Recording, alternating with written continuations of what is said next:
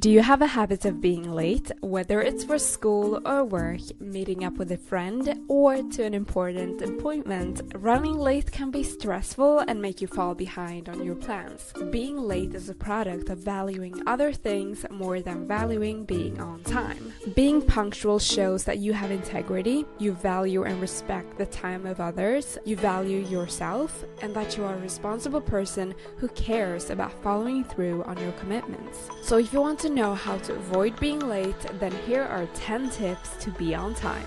Number 1 is to figure out how long things really take, especially if you're usually over-optimistic in your estimation and end up being late. Exactly how long does it take you to get ready in the morning? If you don't have a solid answer for this basic question, maybe it's a good idea to start timing yourself.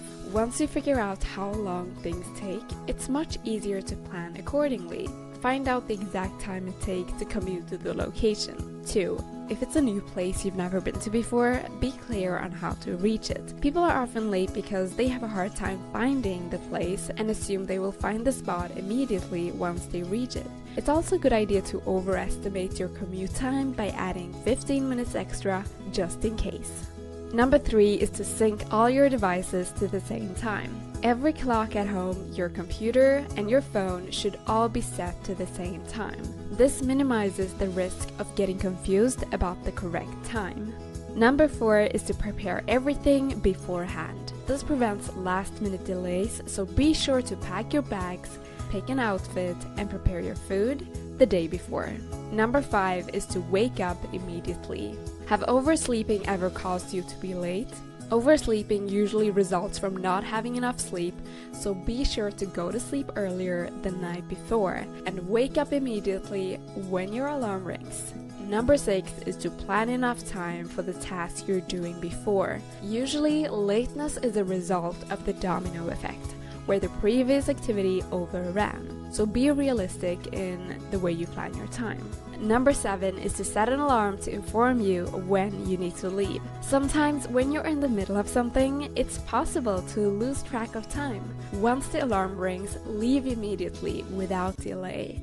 Don't continue with your task when it's time to leave. If it cannot be finished on time, start wrapping it up and instead make plans to continue later on. Just remember to be clear on where you're ending off so you can pick it right back up at a different time. Number 8 is to keep your keys and travel items in the same place.